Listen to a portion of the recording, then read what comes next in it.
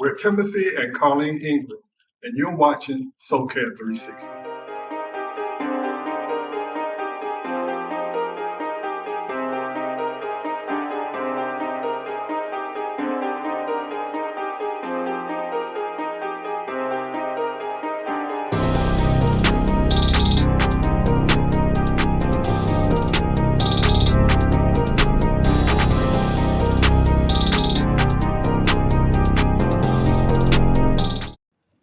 Welcome to the show. So we talked about a lot on our last episode, which was called The Trauma We Carry. And now today's episode, well, the second part of part one is going to be the trauma you bring. Okay. And I know that's a play on words, but there's a reason for that. But at the ending of our last episode, one of the things we started getting into was talking about relationships. And one of the things that I want to say about relationships is one of the most important relationships you will ever have in your life is a relationship with yourself. And we also talked about how there is maybe an absence of having someone in our lives to speak life or to speak to who we are or for us to have role models.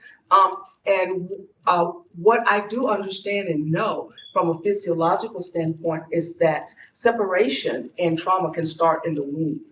Because if a mother does not bond with that infant that's there, if that mother has been maybe brutalized or raped and is carrying that child or just doesn't want that child can sense that. And so that child comes into the world having that feeling of abandonment. Sure. So the trauma that we bring, it is so pervasive. And it can come to us in so many different ways. And so what I want to talk about today is we talked about the trauma you carry. Okay, and so now the trauma you bring, that's when we're talking about relationships. That's when we're talking about, okay, the trauma that we carried, that we experienced and that was heaped upon us, okay? It wasn't healed, okay? Nobody spoke to it. Nobody really, felt that it was a need.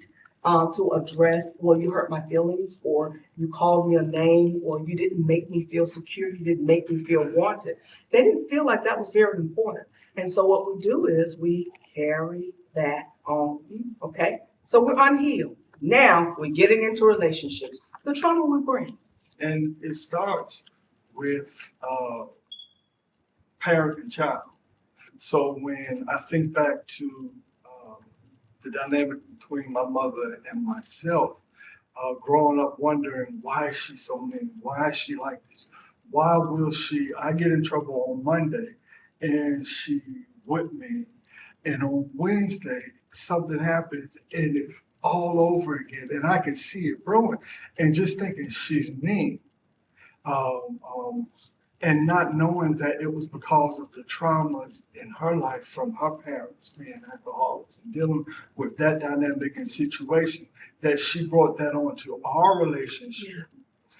Because like you said, most of the time when getting into relationships, you think about bringing in baggage. Yes. You're talking about finances, baby mamas, and stuff like that. Not realizing that it's much more deeper than that. It's things that are inside of you, unresolved issues that you bring that come out. Because I always thought, because of the way I was brought up, that things could be my favorite line was, my world could be crushing and nobody would ever know it by looking at me. But that wasn't true, because it was coming out in other ways. I was cutting people off. Or when people would come to me and something would be familiar, I would attack for what I thought they were trying to do, which meant I was the loneliest person in the world, because I was pushing people away, wouldn't let them get but so close. And as a result, left me alone. Yeah, absolutely. Well, the interesting thing about that is when we get into relationships, each individual has what I call a pre-existing condition. Correct. And when you bring a pre-existing condition, she brings it, you bring it. And you're trying to figure out, how then are we bonding? You're bonding over your trauma. It's trauma bond. And trauma bond can look like compatibility. It is not exposed until one starts doing the work to address the trauma. And this is where people start growing apart, because one person says, I'm not getting therapy. One person says, I'm getting it. And now you're trying to figure out, but I thought we had so much in common. No, that was your trauma you had in common. And so we bring it into the workplace. This is why you find hellified work people on your job. They're carrying trauma. I'll give you a quick example. I was in Best Buy a couple of days ago. I just bought a new phone and I needed some accessories. There was a lady that worked there who was just, when she saw me coming up, she immediately, may I help you? Yes. Now, that part of me, right, was like, okay, here we go. Here one, right here. I'll serve you at cash register number 1. What in the world, right? But at that moment, only compassion flooded me, right? She was very stoic, very hard, no eye contact, nothing, right? And I just kept hearing my spirit say, be patient. Be patient with her, right? Because now my flesh was like, hey, you don't need to be up here. If you're having a bad day, you need to go to the back, go to the lunchroom, whatever, right? But I was very patient with her, because when I got back to the car, I sat there for a moment. I just told her, thank you so much. You know, she said, you're welcome. When I got back to the car, I sat there and I heard the Spirit of God say to me, you don't even know what it took for her to get up and get to work. Absolutely. You don't even know what she had to fight through to get here today, period. Right. I don't even know if she was under some abusive management, right? And I'm just the recipient of that, right? But now how can I not have compassion? Because she's bringing that to work. You're talking about the trauma we bring. Right. We bring that trauma into every relationship. Right. And it controls our hearing and our vision. I love that. Yeah. It controls our hearing and our vision. And what happens is it's followed through the trauma. Sure. Okay. Now you talked about trauma bonding. I want to go back just a little bit because for me, a lot of people, and I'm not saying that's you, they throw trauma bonding around a lot. Okay. And it's real. Yeah. And it is something that a lot of people get attached. They find, what do you call it? They find that they are alike, and then they start to come together because there are some, compatibility aspects of it. And then you get in and you think, wait a minute, this is, but what I will say also, when you have that trauma, you can be like we were, you can be attracted to the other one with a full understanding that the behaviors that I see, they are related to injuries. It's the trauma that's coming out. So I don't bond to the bad behavior. Tim didn't bond to the bad behavior. Tim recognized the bad behavior. I recognized the bad behavior or the traumas that we were both trying to heal from. And we were able to, set up meetings and come have talks with you. And in addition to that, being very open about what we had experienced in our lives. I can remember one time you were telling me that I'm not going to pay for something I didn't do, meaning don't put off on me because that was your last relationship. And I'm thinking, oh, that's okay, that's good. I wasn't doing that, but maybe I was. And so trauma bonding is real. However, all relationships, when people come together and they've had similar experiences, is not trauma bonding. I'll push back. Okay. I'll push back. All right. If that's all you know, you unconsciously are attracted to it. Because at the end of the day, you don't know any other love except through that filter. So it still feels like love to you. You're unconscious of it. Because again, what was familiar is I recognize it and I'm attracted because I want to help. I want to help you because you reckon it's all you know. See, we wonder sometimes, why do you keep going back through the same type of people? Why do you keep drawing them? Because there's something about it attractive because that's all you know. You are attracted to the trauma because that's what you're used to. You don't think it. Yeah. Let me tell you why. I've seen people push back just like you say, I'm not attracted to the trauma. Then explain to me why you keep ending up with the same kind of person. Well, so for us, it was kind of, and you jump in here at any time. For us, the attraction, it was my beauty. Okay. Well, Okay. Okay, no, I'm serious. So Tim saw something. Okay, he really liked it, right? Okay, and so I saw something after a while, and I'm thinking, I've never experienced this before. So although when we started to date, I recognized some of those things, I was able to say, oh, this is not healthy.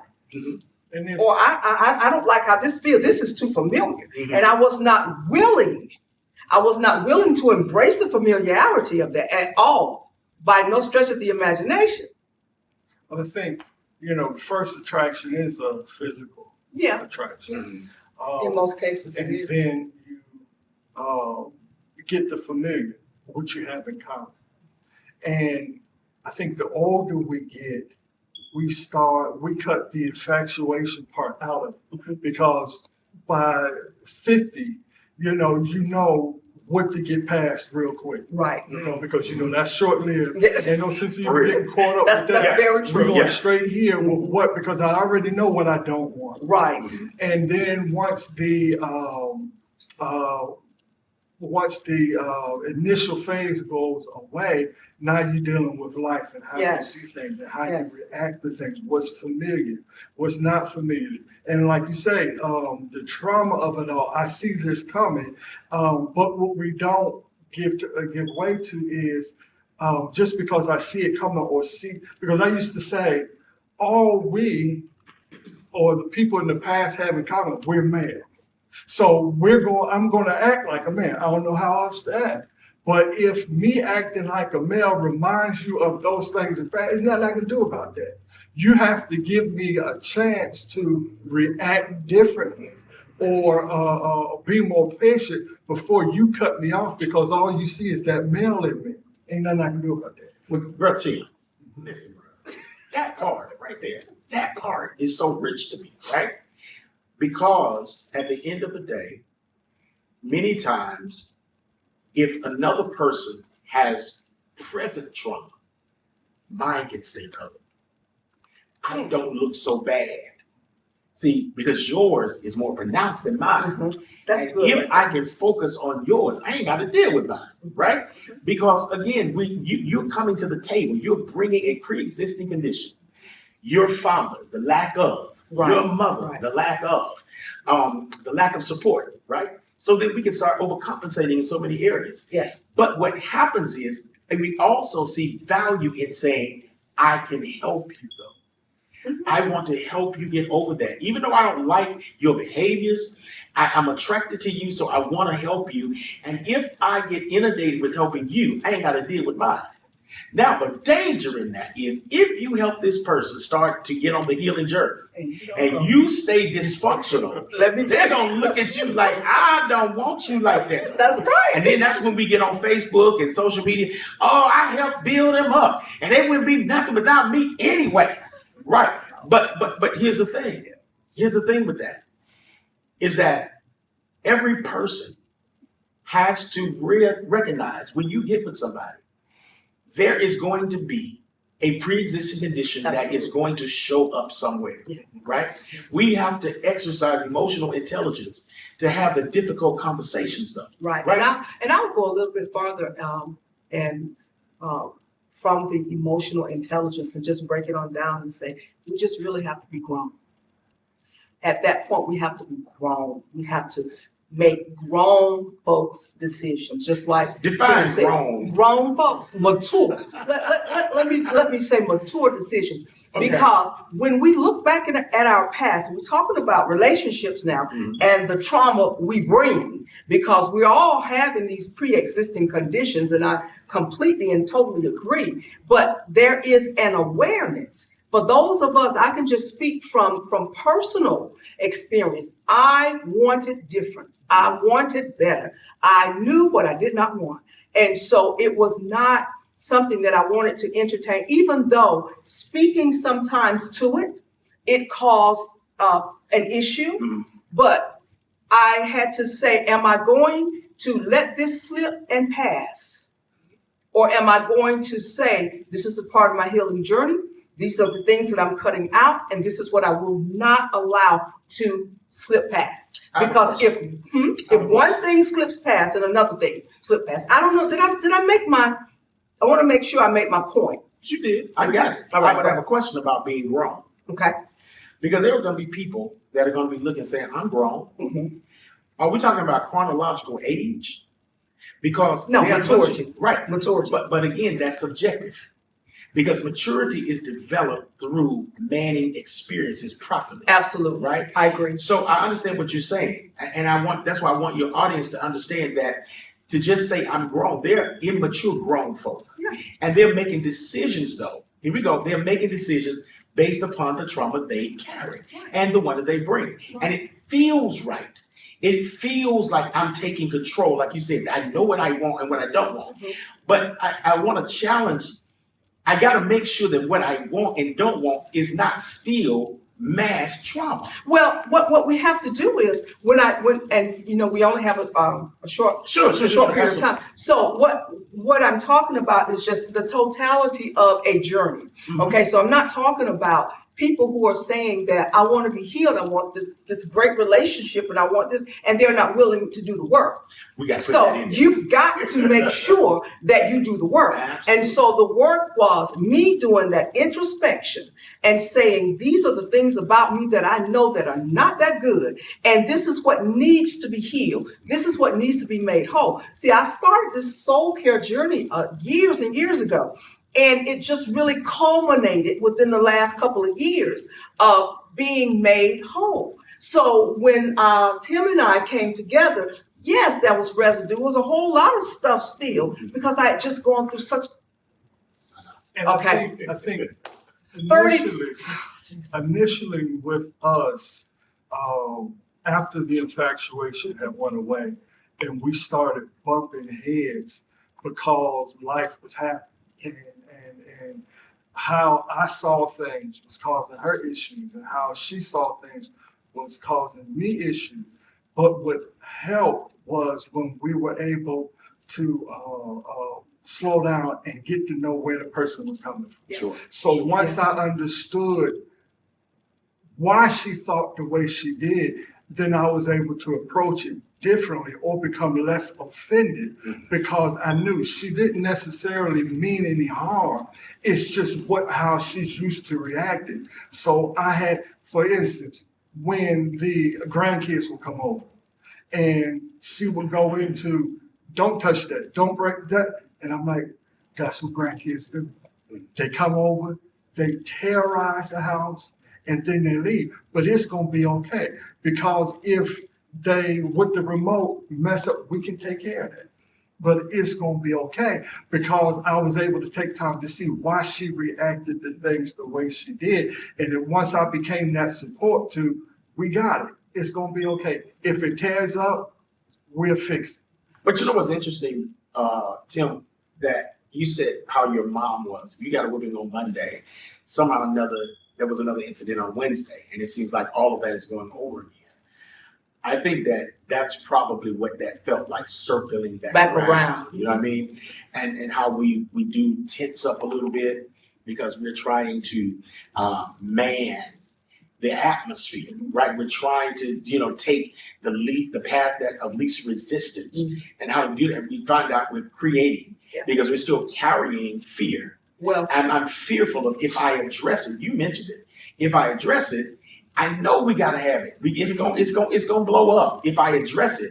But then I cannot deny or betray myself and my journey. and that is it. Yeah. And for me, that's what it was. Yeah. It was, I came out of, and I'm going to just be biblical now. I came out of Egypt. Mhm. I was not willing to go back into Egypt. I'm looking at this beautiful person. I always call him my beautiful Tim. This beautiful person who's flawed. He's looking at me. He always calls me his queen, who's coming, and she's flawed. One of the things that I would say to Tim was that, okay, so now the shiny new is off now. And so now we're, this is what you get, But what I wanted to say is that I was not willing to go back into bondage. And one of the things that helped us a lot was being able to say, Pastor, help us.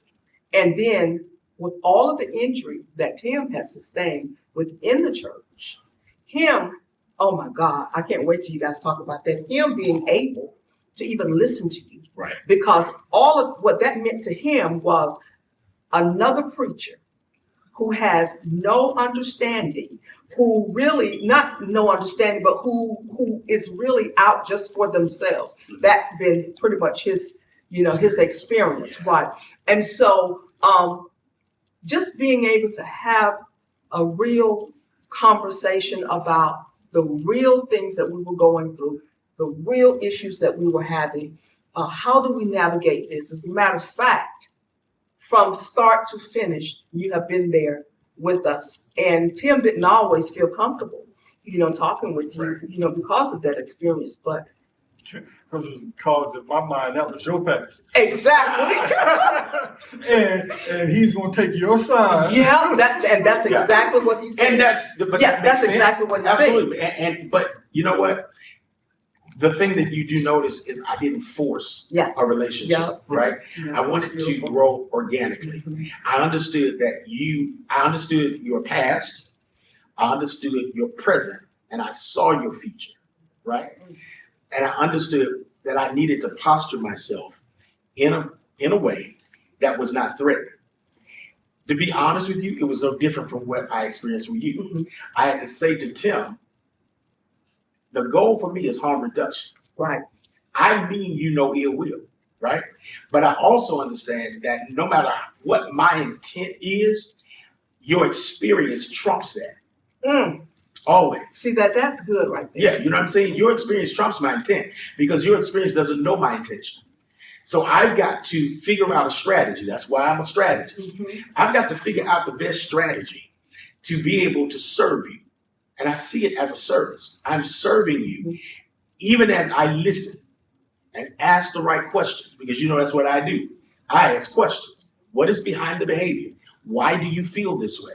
Why do you think you responded that way? Right? Because then we can get to understanding how your trauma that's seated in your nervous system is being easily triggered. That's right. Right? We all have it. I recently experienced something that somebody asked me, as a matter of fact, last night. Have you prayed about this situation with the accident? Mm-hmm. Did you pray about it? And what did God say? I said, I've not been able to. Mm-hmm.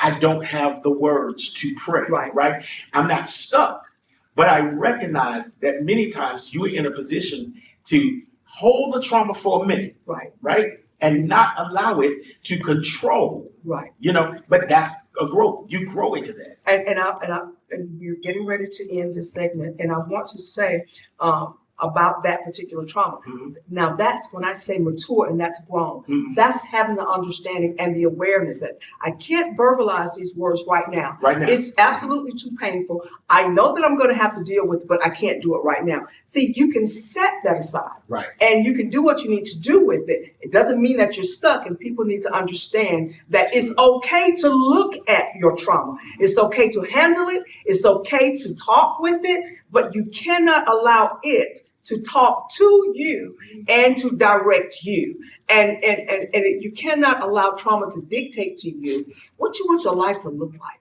Listen, being a soul care warrior is something that was God-given to me because of so many people that I have seen in my life who have they've been crushed, and they have not had the ability or even having the grace that I've had to have people in my life now who can speak life to me. And so Soul Care 360 is here for you. We're here to offer you answers. We're here to be transparent and to tell you about our stories and to bring other people on who have similar stories, and they are now walking in victory. They are walking in into their purpose and destiny. And for me, being the Soul Care warrior, being a part of Soul Care 360 is our way of allowing people or aiding people to walk into purpose and destiny, because everyone has been assigned a purpose and a destiny. And so that's why we're here. And the talk will continue. Relationships are a part of our lives. Every aspect of our life, it involves relationships in some way, in some manner. And so what we want to be able to do is to show up, heal, and whole in relationships. And so I hope that we have answered some of your questions and have been a blessing to you today. Thank you so much for joining us on Soul Care 360. Pastor Mario, thank you for being our guest. It's just amazing. We love you and we appreciate you. And Tim, we're going to circle back around, and I'm going to say you are so special to me, and I just really thank God for you. And I thank God for you too.